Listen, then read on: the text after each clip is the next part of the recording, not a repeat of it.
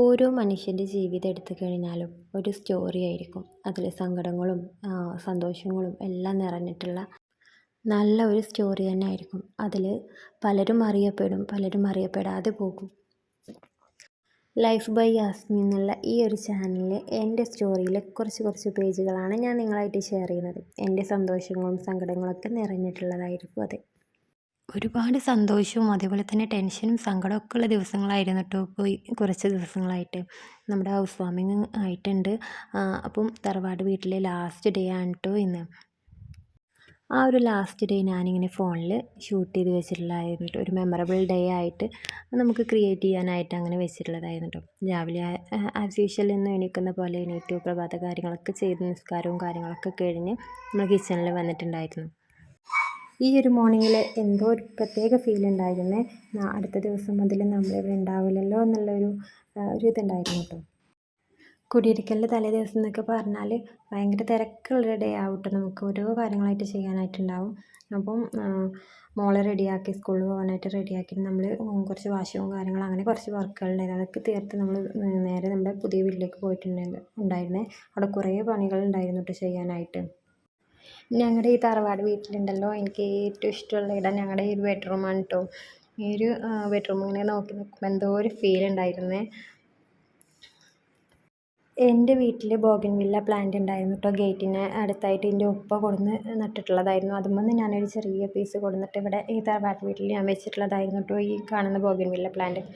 അതിൽ ഇവിടുത്തെ ഉപ്പ നന്നായിട്ട് കെയർ ചെയ്യും കേട്ടോ. അത് കുറേ ഒരുപാട് നന്നായിട്ട് വലുതാവുന്ന സമയത്ത് ഇത് കട്ട് ചെയ്ത് അങ്ങനെ റെഡിയാക്കി കൊടുക്കും കേട്ടോ.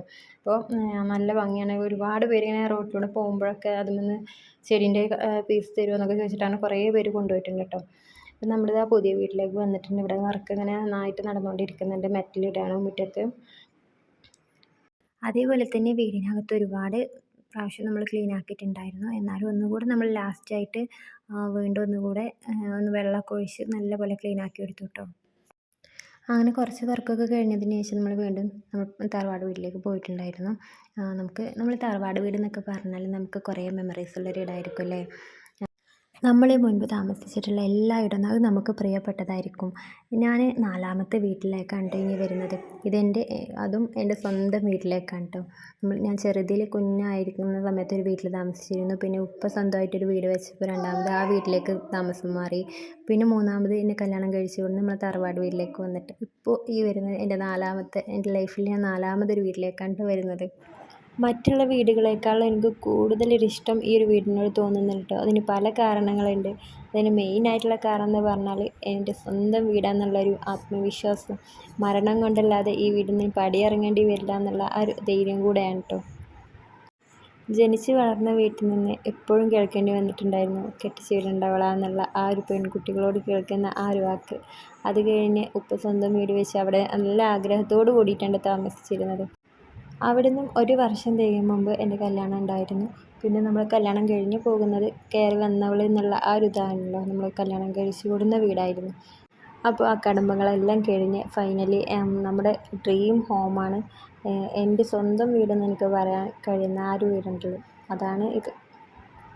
ഏതൊരു പെൺകുട്ടികളുടെയും ഡ്രീം തന്നെ ആയിരിക്കും ഇങ്ങനെ സ്വന്തമായിട്ടൊരു വീട് കേട്ടോ.